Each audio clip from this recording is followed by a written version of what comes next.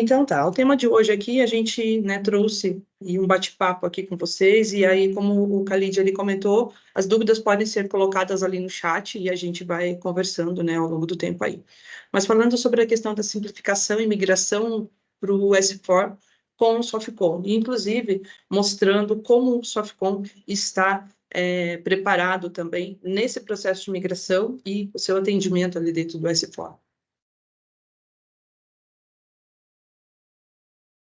Aqui são 3 temas, né, que nós trouxemos aqui, né, uma agenda. Então, eu vou começar um pouco aqui falando sobre o que temos, né, com relação à reforma tributária.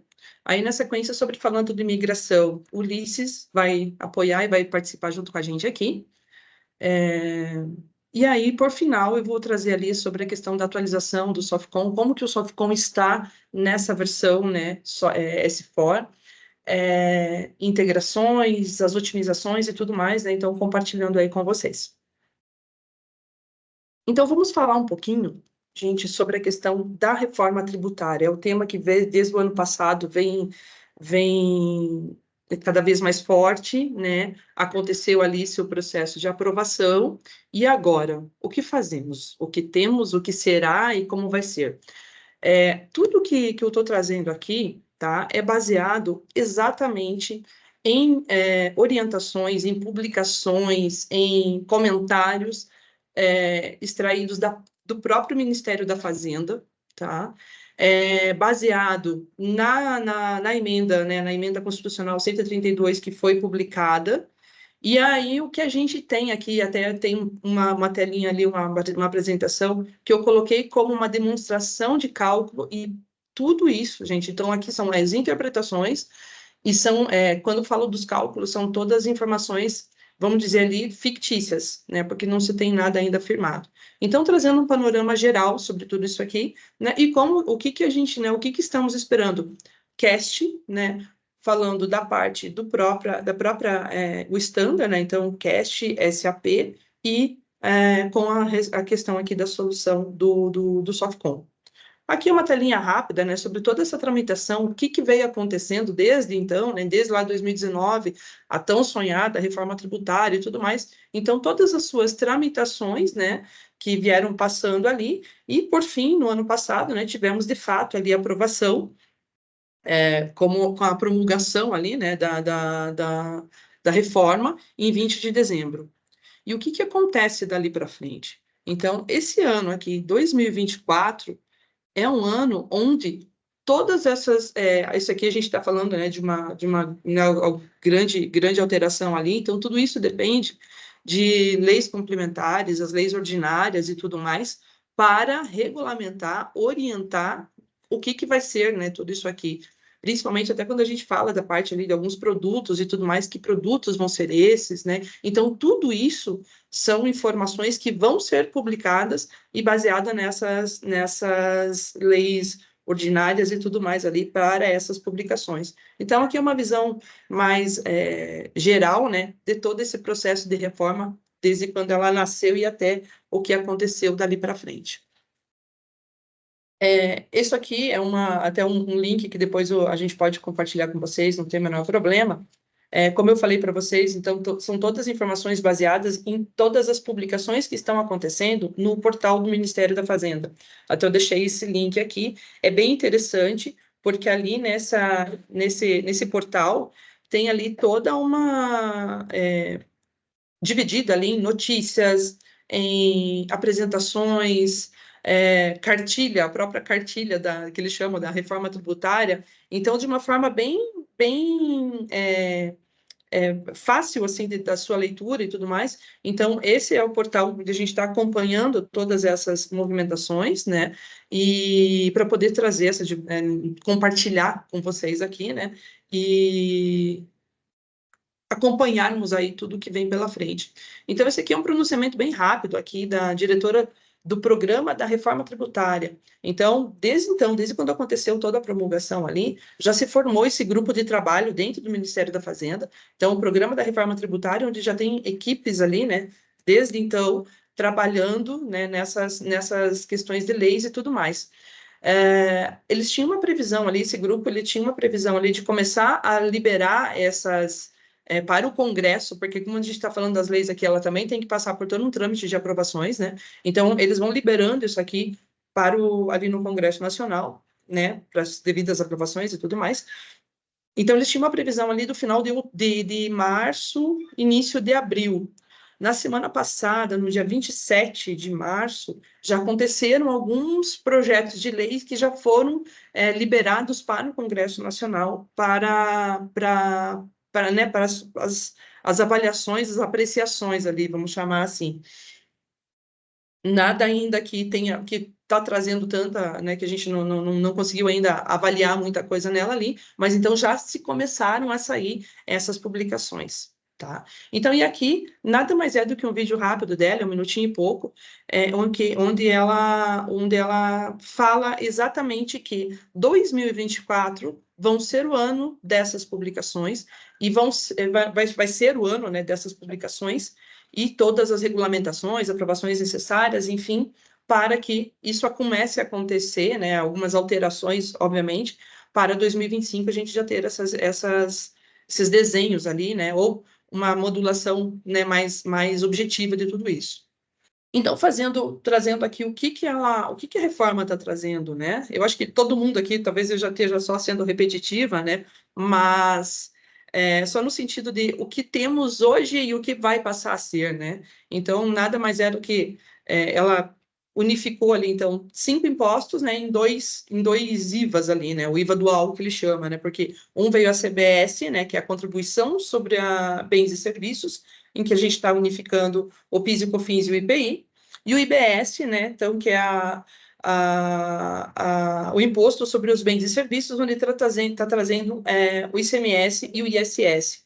Né? Então, nada mais é do que essas unificações.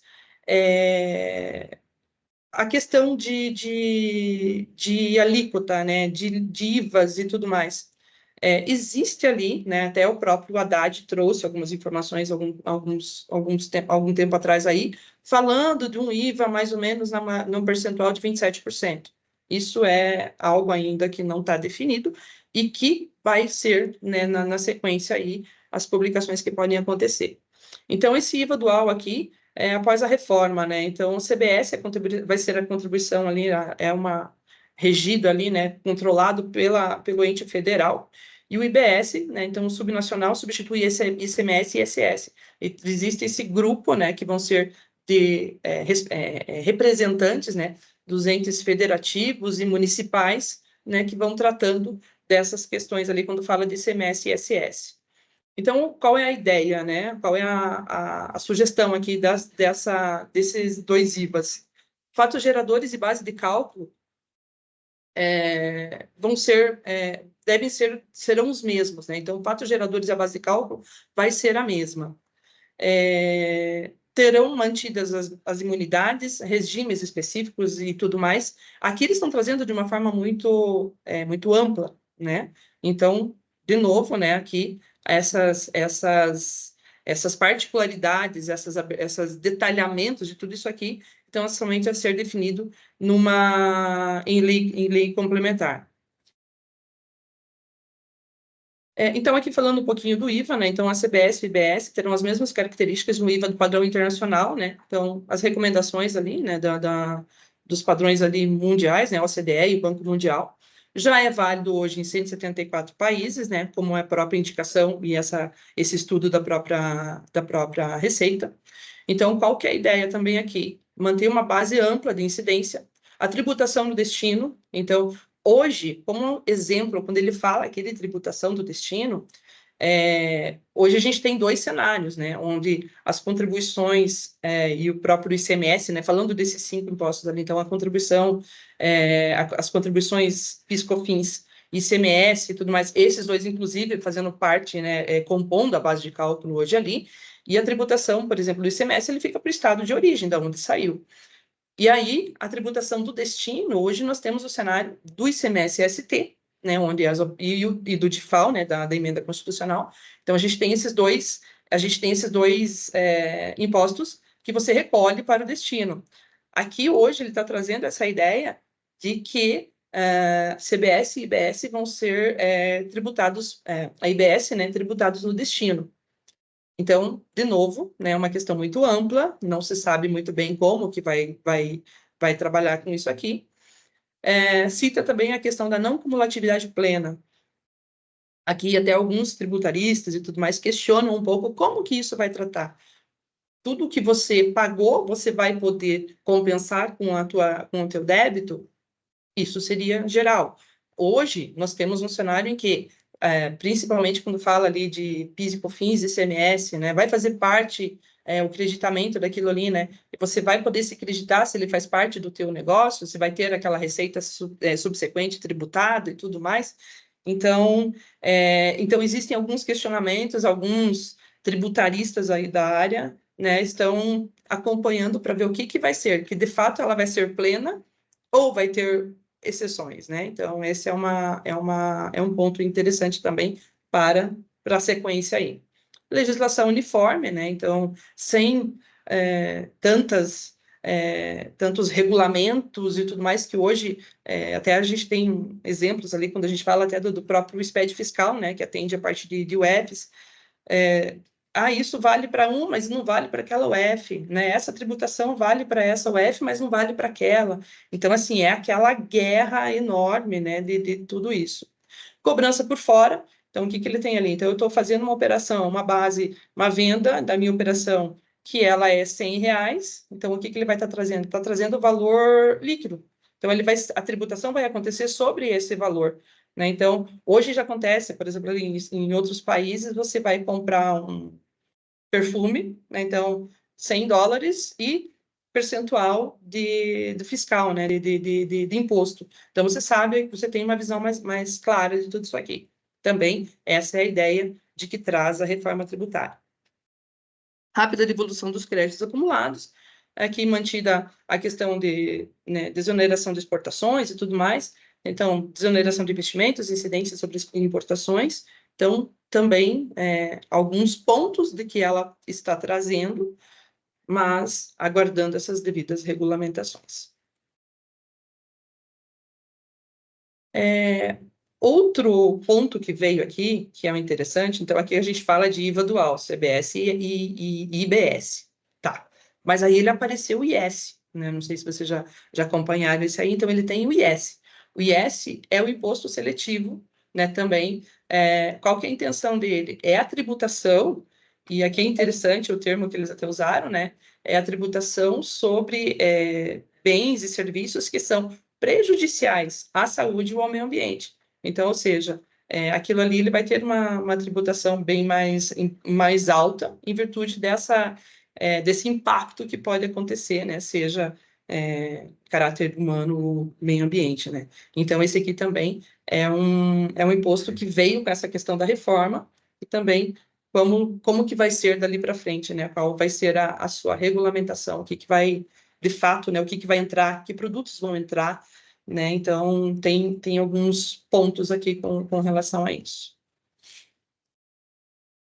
Aqui, a gente fala, e ouve-se muito falar, na questão da transição, né? Então, não vai acontecer em 2026 num pacote só, então ele vai ter uma fase de transição aí, para poder, aos poucos, as coisas acontecendo. Então, aqui, né, nessa linha de tempo, né, 2023, a própria, né, aprovação ali da reforma, 2024 e 2025, leis complementares que regulamentam IBS, CBS, né, o comitê gestor do IBS, que é aquilo que eu comentei, dos entes federativos e municipais, né, para fazerem parte desse comitê e, né, ter toda sua gestão ali. Fundo de Desenvolvimento Regional, Imposto Seletivo e desenvolvimento do sistema de cobrança do CBS e IBS. Aquele ponto que eu estava comentando ali, né? Como que vai ser isso aqui? Então, vejam que 2024, e eles até colocaram aqui 2025, onde todas essas regulamentações, né? Tudo aquilo e um monte de interrogação que a gente tem ali, o que vai ser. 2026, a gente já tem alguma informação ali, isso já vem em algum tempo ali demonstrando, que já vai passar a ser utilizada uma alíquota teste. que é a questão que eles estão colocando. Então, 2026 seria o ano teste da CBS, então um percentual ali de 0,9%, e do IBS 0,1%. Então, ali em 2026 começaria esse teste como que vai ser. Na frente ali, baseado nesse cenário, né, o que a gente imagina que pode ser, eu coloquei um exemplo ali desse cálculo. Ali ele coloca também, e é um ponto que não fica muito claro o que vai ser, que o recolhimento dos tributos pode ser dispensado caso o contribuinte compre as obrigações acessórias. Pois é. Aí, o que muda nisso aqui? Então, são informações que estão disponíveis aqui, mas, né, com algumas dúvidas. Mas o fato é que 2026 coloca-se que já vai iniciar essa fase teste, né, dessa alíquota aqui das contribuições do próprio IBS. Para 2027, como aqui o CBS, a contribuição é o PIS e COFINS e o IPI, né, são ali os federais, vamos chamar ali, né? Para 2027, isso já passaria 100% a cobrança do CBS. Qual a alíquota? Não se sabe ainda, né? Então, a cobrança do CBS já passaria a ser total, né, com a extinção das contribuições, inclusive. Então, o PIS e COFINS em 2027, teoricamente, é eliminado e você passa a fazer apenas a contribuição do CBS. Então, ou seja, os 9,25%, né, olhando ali a questão dos regimes, né, presumido, o real e tudo mais, então aqui passaria a ser uma coisa só, então a CBS.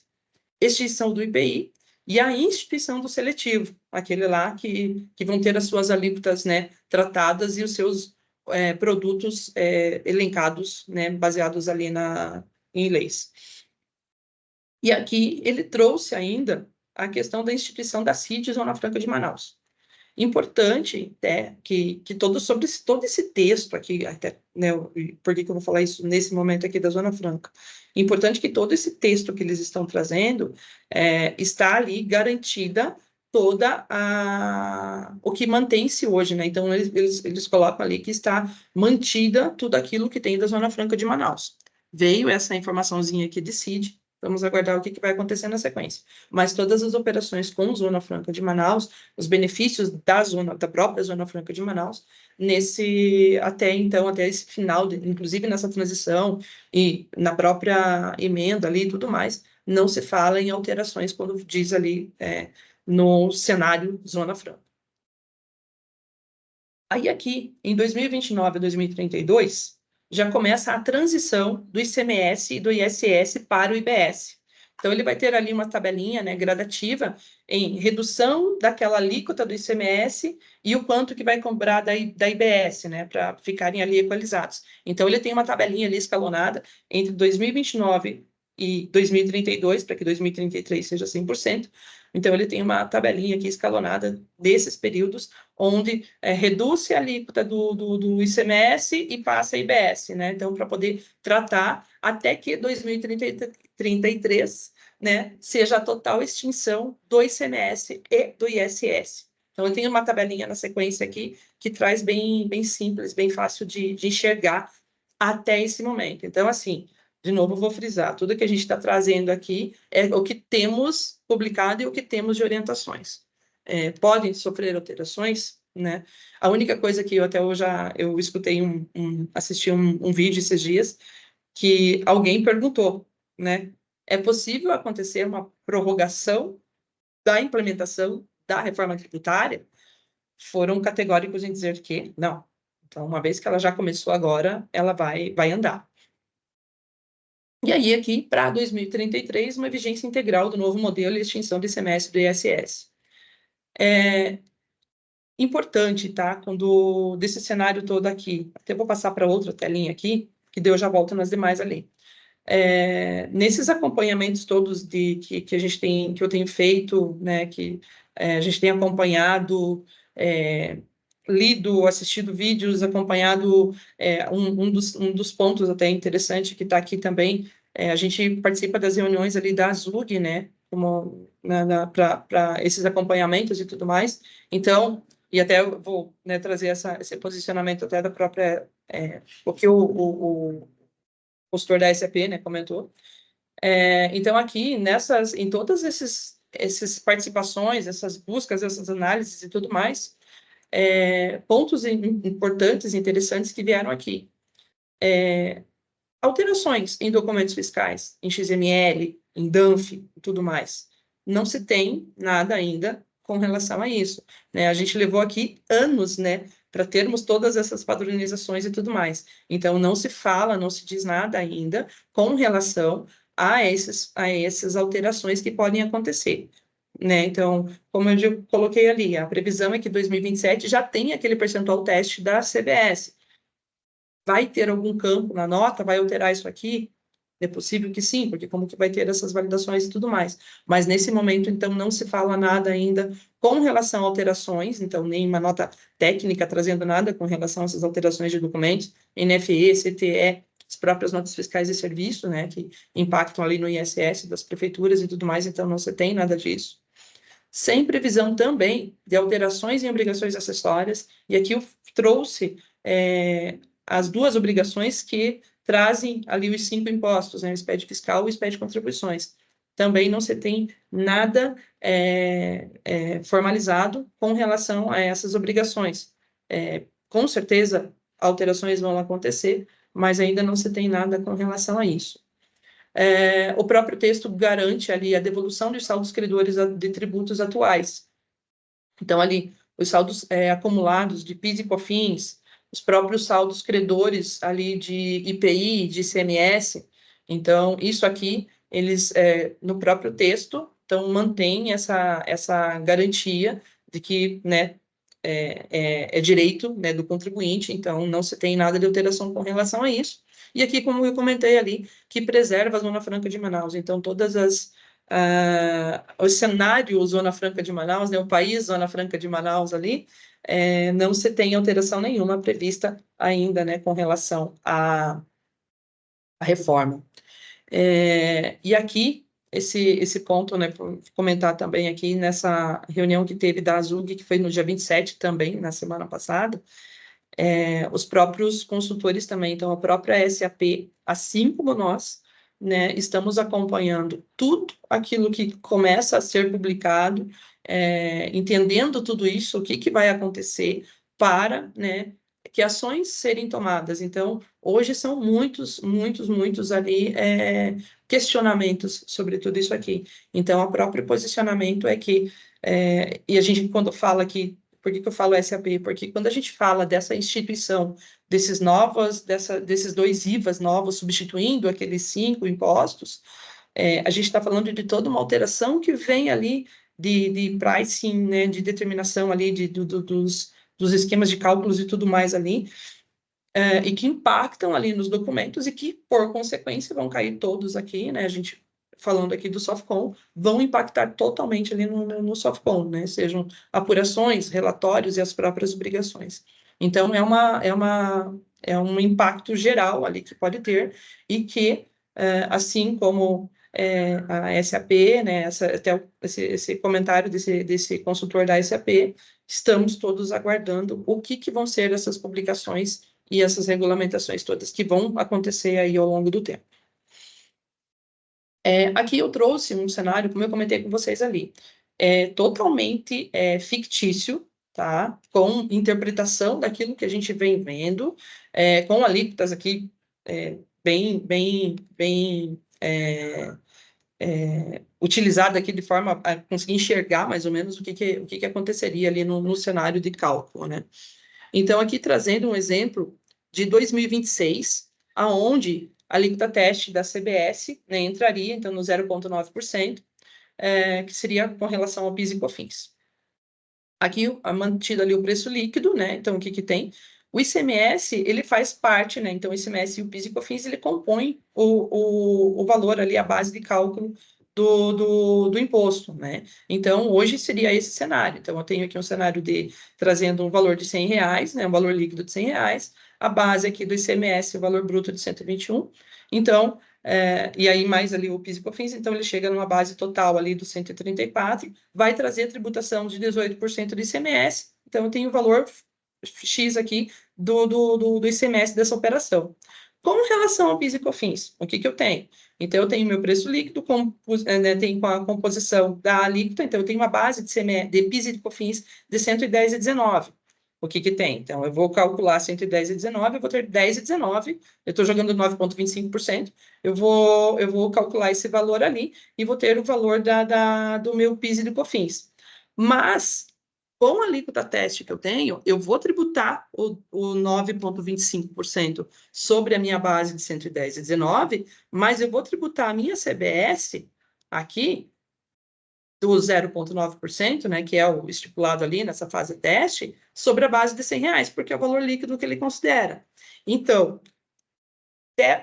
teoricamente, tecnicamente, nesse cenário de 2026, onde entraria a alíquota teste, teria a tributação normal do ICMS, a tributação normal do PIS e de COFINS sobre a sua base, conforme é, e eu vou acrescentar esse cálculo de 0,9 sobre a base, que é o valor líquido, né, que é o que ele coloca ali, é o valor da mercadoria, o valor do serviço.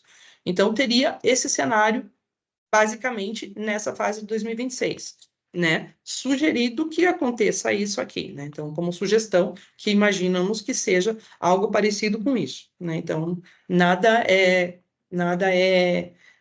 garantido que será assim. Para 2029, perdão, a gente já tem ali um percentual que eu comentei ali, que o IVA, o IBS, ele passa a reduzir a alíquota do ICMS e considerar a alíquota do IBS. Então, aqui, nesse cenário, eu já teria, por exemplo, a CBS com PIS e COFINS extinto, então eu vou calcular direto um percentual que vai ser ali, conforme, né, estipulado, conforme a alíquota publicada do CBS, então aqui eu considerei um 10% ali, né, enfim, então eu vou tributar a CBS totalmente pelo valor do meu valor líquido, beleza. Com relação ao IBS, nessa fase de transição, eu vou ter aqui essa redução da alíquota, então eu vou tributar ainda meu ICMS conforme é a regra, né? Então, o meu valor bruto, vou ter aquele cálculo de diferencialzinho ali, a diferença ali da alíquota, e vou calcular o valor do ICMS, mas eu vou também ter que calcular o valor, o percentual que ficou, né? Conforme a tabelinha que eu vou mostrar na sequência, do IBS também. Então, nesse cenário aqui, no cenário de transição do IBS, ele vai ter as duas formas de cálculo, considerando o ICMS e considerando o IBS, né? E o CBS 100% já, porque já em 2027 já foi extinto PIS e COFINS. Então, nessa fase de transição, essas duas formas vão acontecer. De novo, sugerido que seja dessa forma. Aqui, essa tabelinha que eu comentei com vocês aqui, tá? É uma tabelinha que fica bem prática, então, aqui de enxergar. Então, aqui, veja que em 2019, eu vou ter, por exemplo, ali, o ICMS, né? Então, eu vou ter o 90% do ICMS e vou ter 10% da IBS. Né? E aí, gradativamente, ele vai aumentando até que 2033 eu tenha 100% do meu IBS, né, para tributar. Então, essa tabelinha aqui, ela fica fácil de enxergar, né, esses percentuais, que foi aquele que foi colocado ali nessa fase de transição aqui entre 2029 e 2032. Então, fica fácil de enxergar aqui o que está sendo considerado. Então, o ICMS, né, o cinzinho, azulzinho, o IBS, e aí ele vai tendo essa alteração até que aqui em 2033 tudo se torne uma coisa só, elimina ali o ICMS e o ISS, né? Então, assim, gente, e tudo isso, olha, baseado, tá, até em textos aqui, né, na própria emenda, que já foi publicada. Então, tudo isso é baseado nesses entendimentos, nessas participação aí de fóruns e tudo mais, né? Que é o que a gente consegue trazer, de conseguir vislumbrar mais ou menos ou como vai ser tudo isso aqui. A prática disso, então, depende de todas essas publicações, né? De leis complementares, leis ordinárias e tudo mais ali, e as suas depois devidas trâmites ali de aprovação, e aí as efetivas aplicações, né? Práticas de todo esse cenário. Então, aqui as fontes, né, que foram utilizadas aqui para essa apresentação. Então, a própria emenda, né, o texto aqui da emenda, o link dela, e como eu comentei ali, o site do Ministério da Fazenda, que tem sido bem fonte dessas informações, né, e aí todos os demais fóruns ali, eu acho que todo mundo até acompanha, né, algumas publicações ali, e comentários e tudo mais, do SPED Brasil, outros tantos tributaristas que tem por aí, né? Então, sempre fazendo esses acompanhamentos também para a gente estar em dia, né? E estamos aqui, né, preocupados, porque todas essas alterações vão ser aplicadas aqui na prática, né? Seja desde o processo SAP Standard, desde todos os processos de apurações, de relatórios e das obrigações que o Softcom também atende a todos vocês. Então, aqui seria esse resuminho aqui um pouco sobre a reforma, e na sequência, então aqui a gente falando um pouco da migração ali, né, ECC para S4, né, o que temos, como estamos hoje com esse cenário, né, como que estamos preparados para isso, para esse processo todo acontecer. Então, eu vou convidar aqui o nosso colega Ulisses para nos apoiar nesse processo aqui. Ulisses, a voz dele, gente, até eu vou fazer um parênteses aqui, tá? A voz dele não tá legal, ele está um pouquinho debilitado. Vai fazer um disclaimer, tudo bem, obrigado, Kathleen. Então, meu nome é Luiz Pereira, eu sou o Product Manager do Softcom. E por que Tech tá tudo meio junto, misturado, né? Reforma tributária com migração para o S4HANA. Eu não sei se vocês se atentaram às datas, vai acontecer tudo ao mesmo tempo. Então, ao mesmo tempo que a gente tem ali coisas importantes já acontecendo em 2025, 2026, 2027 até 2033, se a gente tem a migração para o S4HANA aí, né? Então, muitos vão migrar até 2027, sendo que alguns ainda, né, tem uma colher de chá da SAP e pode migrar até 2030, mas vai ser dentro do mesmo período.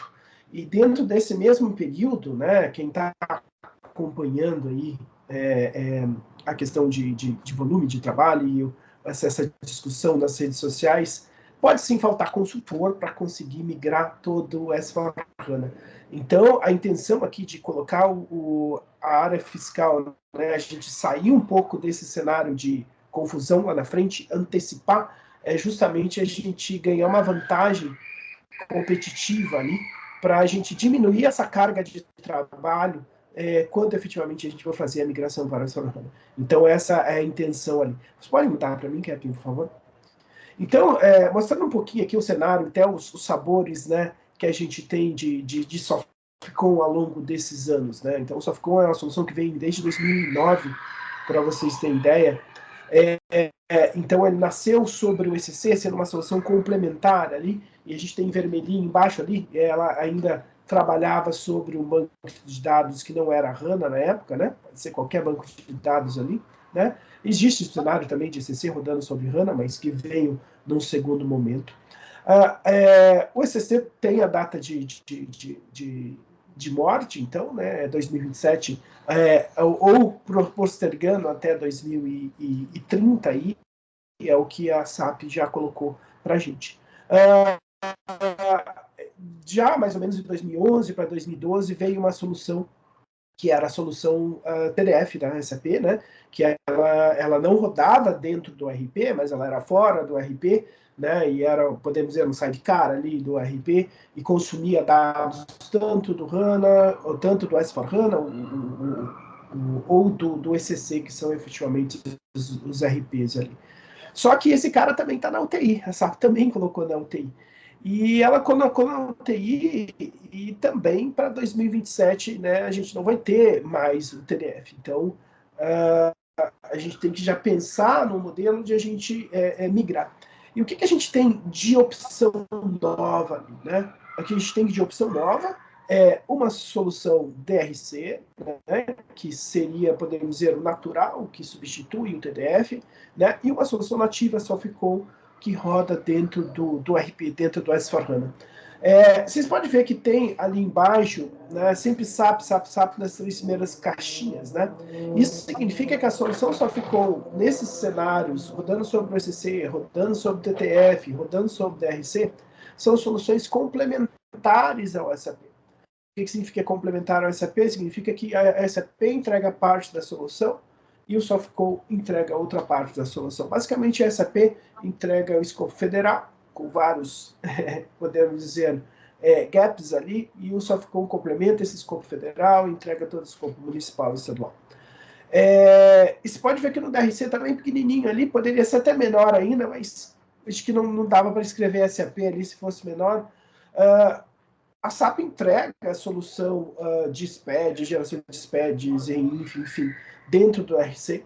Só que o Softcom, hoje dentro do RC, ele acaba consumindo somente os dados, né, desse DRC. Basicamente, você entenda que o DRC é uma camada, você tem a estrutura de dados aqui da S/4HANA, você tem a estrutura de dados do DRC, né, e a gente só está consumindo esses dados do DRC aqui, e não está efetivamente sendo complementar às soluções estándares da SAP. Por quê? Porque a gente apanhou muito nesses últimos anos, sendo bem transparente com vocês, e a gente acaba conseguindo ser muito mais eficiente trabalhando, construindo as soluções a cache sozinha, do que efetivamente esperar a SAP dar a resposta dela, e a resposta dela às vezes é lenta, né, para que a gente consiga atender nosso cliente. E a gente tem, né, a solução nativa, ou seja, sem dependência qualquer da SAP, né, a não ser por estar dentro do ambiente SAP, então existe essa dependência, mas podemos dizer de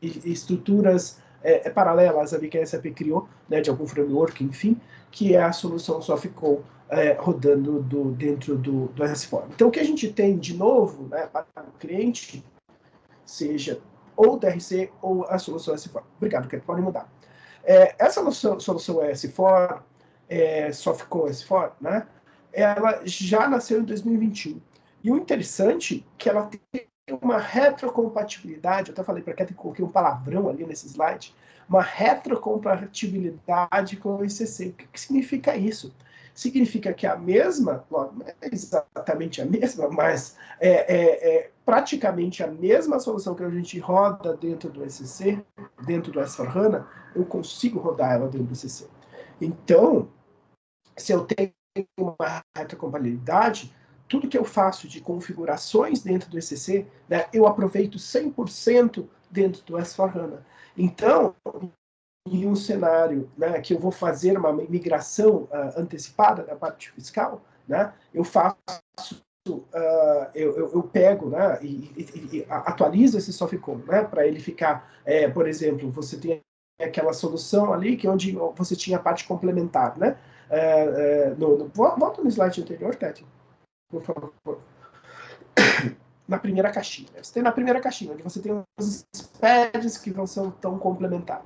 E você teria que, uma migração, você teria que tirar aqueles SPEDs, colocar esses SPEDs que são 100% Softcode, que são podemos dizer, compatíveis com a S/4HANA, e daí, na migração com a S/4HANA, você não precisaria fazer nada, né? A não ser os testes que são normal de qualquer processo de migração. Pode mudar, por favor. Então, essa retrocompatibilidade que é importante. Então, a gente tem, basicamente, dois cenários aqui para os clientes que vão fazer a migração para o Softcode S/4.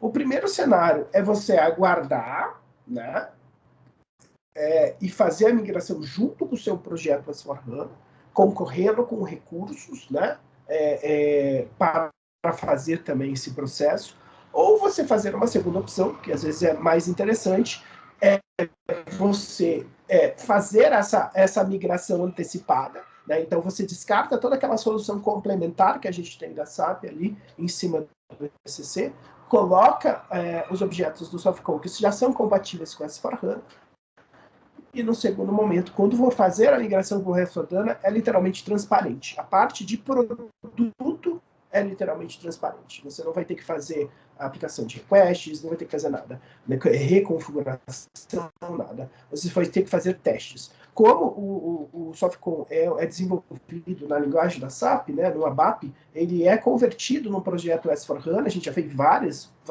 projetos de migração, como qualquer outro objeto dentro do standard, tá? Então, ele vai transparente, você faz os testes, e você evita todo aquele aquele problema a mais, que seria reconfigurar o fiscal, né, retestar com cenários mais complexos, enfim. Inclusive, a questão de testes, principalmente para a parte de obrigações, pode-se fazer aquele teste que é o mais simples possível, que é antes da migração, você gera todos os seus arquivos em um determinado período, depois da migração, você gera todos os seus arquivos naqueles mesmos períodos que você gerou anteriormente e simplesmente compara os arquivos, né? Então, esse é um dos testes mais fáceis que podem ser feitos e eficientes, já foi colocado em outros clientes que fizeram esse cenário. Pode mudar, Kathleen, por favor? Então, como eu até comentei, fiz o spoiler, né? Por que a gente acabou fazendo uma solução que era o menos dependente possível da SAP? É justamente porque a SAP é um transatlântico. Ela é muito grande e pelo fato dela ser muito grande, ela tem N variáveis para se mexer ali e ela acaba pecando, né? E sendo lenta, né? Porque uma empresa grande normalmente é mais lenta para atender a legislação brasileira. E a gente está vendo nesse cenário, né, de reforma tributária que o futuro não é muito animador. É animador no sentido que acho que todo mundo que está na área fiscal vai ter emprego infinito, né? Mas desanimador no sentido do tanto de trabalho que vai ter para que a gente tenha que fazer. Então, a gente perder essa dependência da SAP torna a Cash Group mais ágil e a gente consegue sim atender o nosso cliente de forma mais eficiente. Pode mudar para o próximo slide, Kathleen. Então, e uma segunda opção para a migração é fazer a migração para o Softcom DRC. Como eu comentei naquele slide anterior, o Softcom DRC, ele podemos dizer que a solução é literalmente idêntica à solução S4. O que muda efetivamente é a camada de dados, em vez de ele acessar diretamente o banco HANA, como dentro do S4HANA, né, como a solução Softcom S4 faz, ele acessa essa estrutura de dados do DRC, que em consequência acessa a estrutura de dados do S4HANA. Basicamente, essa é a única diferença, é a única dependência que a gente tem. E para que a gente precisa fazer isso quando a gente está trabalhando com o DRC? Porque você pode ter alguma outra solução, né? Uma solução de Comex, por exemplo, e está plugada também nesse DRC, e tem toda aquela questão de correção na origem de dados, né? E que você pode fazer uma correção, e isso aí tem que refletir em todas as funcionalidades ali que estão consumindo naquela base de dados. Próximo. Acho que é isso, né, Kathleen?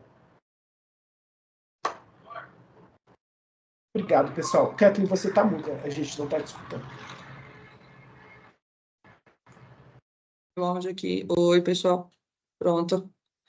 Era isso mesmo, Ulisses. Agradeço, tá? Mesmo com o jeito que você estava aí, tadinho, mas agradeço aí por ter trazido esse comentário, né, sobre essa visão do que temos ali, né, para onde iremos, né? Lógico que é uma estratégia de cada negócio, né, para que caminho vai.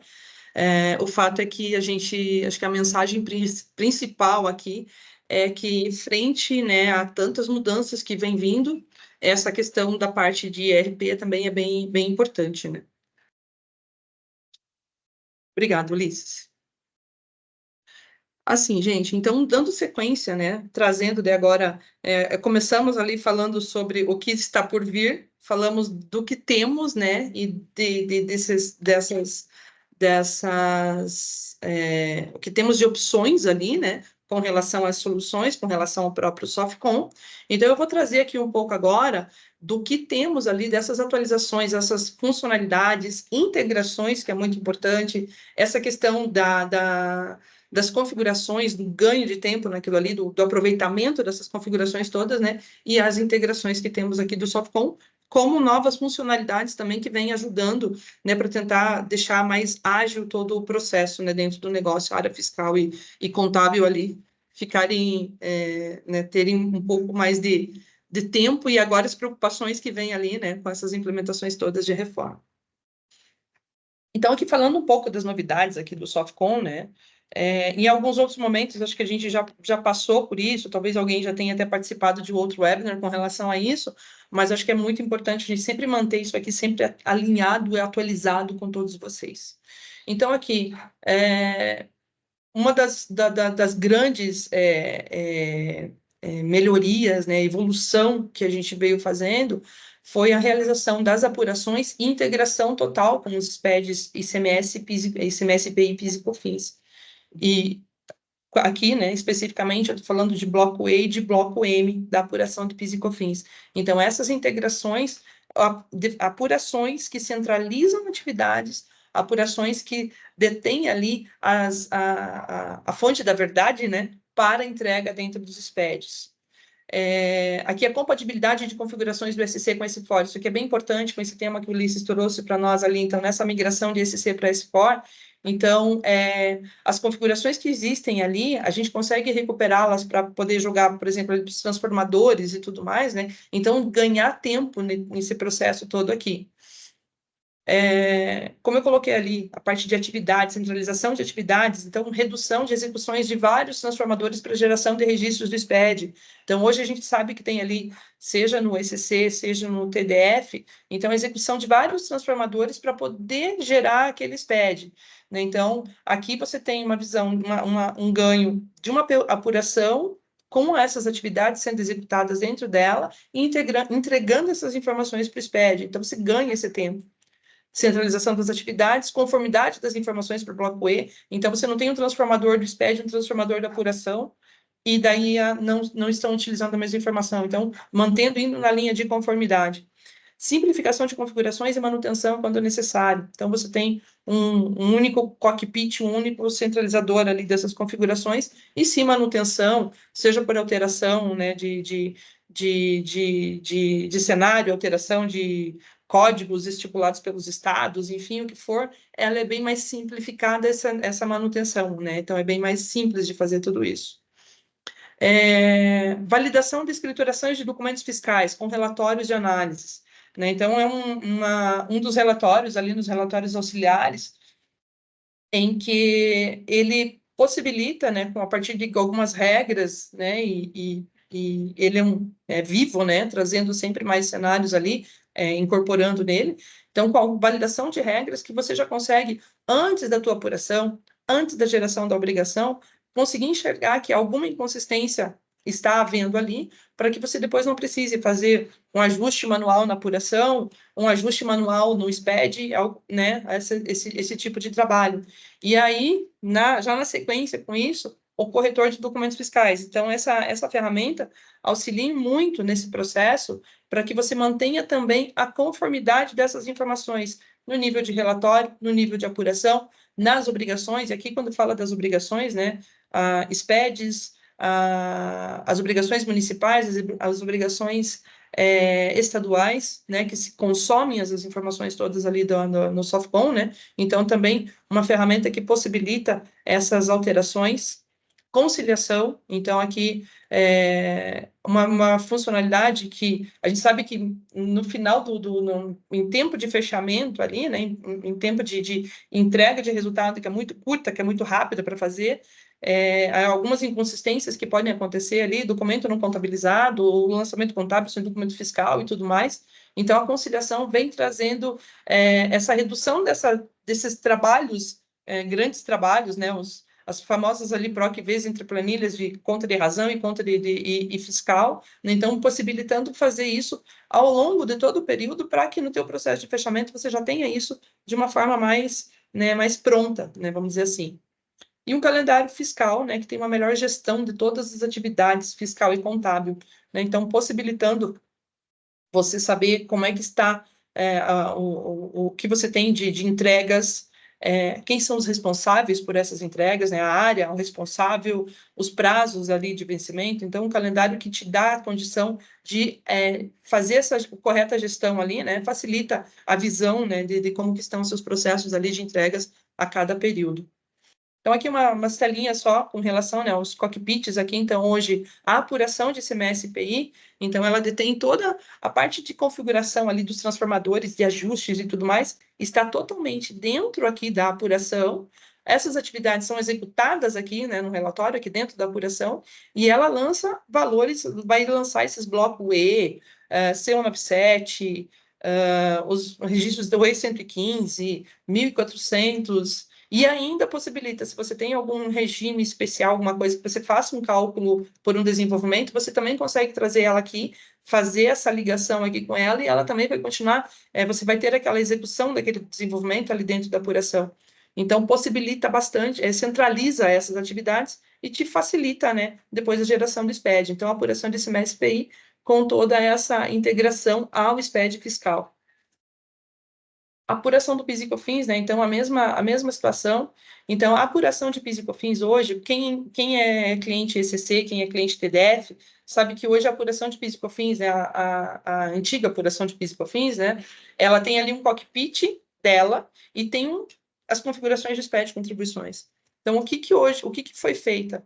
Essa integração total da apuração, então, ela vai utilizar as mesmas configurações das apurações, das operações, perdão, das operações, dos CSTs, então, tudo aquilo que a própria configuração do contribuições possui. Então, eu tenho um único centralizador, então, eu tenho um único local, perdão, eu tenho um único local para fazer a manutenção dessas configurações. Então, hoje, ela utiliza das mesmas informações, o próprio transformador, né, ali do bloco F, ela vai utilizar as mesmas regras, então eu não preciso reconfigurar, né, então ou ter uma configuração do SPED, ou ter uma configuração da apuração. Hoje eles estão integrados, inclusive no nível de configuração. E as informações que a apuração está gerando, o SPED de contribuições está consumindo, né, então inclusive aqui a automatização da geração do bloco M, né, do lado que é a apuração, né, do PIS e COFINS dentro do SPED. Então, a apuração, ela entrega esse bloco M também para o SPED de contribuições e o total controle dos saldos dos créditos acumulados ali de PIS e COFINS também sendo realizado dentro da própria apuração. Então, ela vai ter toda essa visão, vai ter todo esse controle, você vai ter esse relatório, você consegue visualizar todos esses valores ali e tudo aquilo que está indo para o SPED de contribuições. Então, total integração das configurações e as informações geradas pela apuração entregando para o SPED. Aqui um pouco do relatório do corretor, né? Então, até utilizei um exemplo aqui, né? Fiz gerei o relatório. Opa, aqui. Gerei o relatório, né? Então, com algumas regras fiscais que a gente foi colocando ali, de validação de CST, de base, valor fiscal do imposto e tudo mais. Então, o mesmo documento que apresentou aqui na relação, no relatório, como uma operação, uma escrituração incorreta, eu já tenho o corretor no qual eu posso fazer a seleção daquele documento e fazer a sua alteração, né? Então, as informações que são relevantes também a nível de cabeçalho de item de imposto, possibilitando também fazer essa correção. E aí, a partir de tudo que o corretor faz, as informações que o Softcom está consumindo vão ser consideradas a partir dessa correção. E você tem o log, você consegue saber o que foi alterado nesse documento, quando foi alterado, que usuário que fez essas alterações, então ele vai mantendo todo o histórico de alterações desses documentos. Então, você também tem essa gestão, essa governança ali de todas as alterações que foram realizadas. Então, aqui um pouco do relatório de análise e corretor. A conciliação, né, que ela vai trazer ali a possibilidade de você, ela vai visualizar o que, né, documento fiscal versus lançamento contábil, né, então, notas fiscais manuais, que a J1B1N, escritura aquela nota, ela não contabiliza, depois lá no final é aquelas diferenças que aparecem.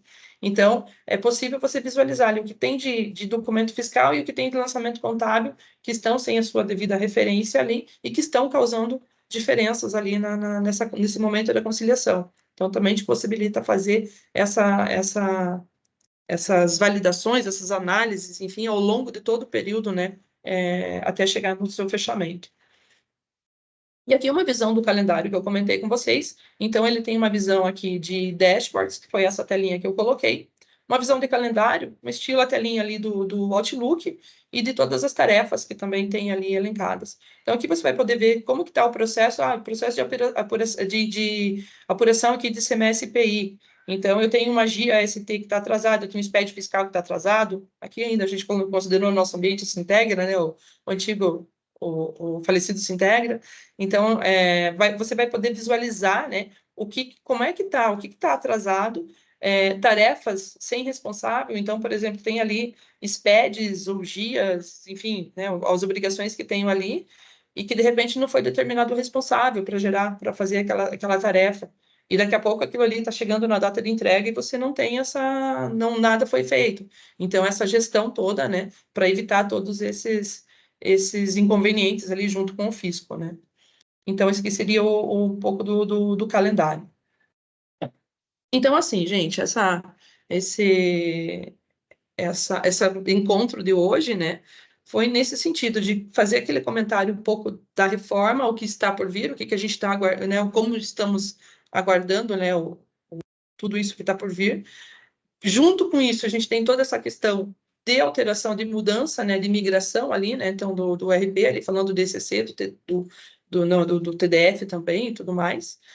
O que temos, né, e trazer para vocês aqui um pouco dessas novidades, como estamos hoje, né, com relação a essas funcionalidades, essas evoluções e tudo mais que nós tivemos aqui, ao longo do tempo passado, aí, de alterações dentro do Softcom, né, e que compartilhando aí com vocês, tá?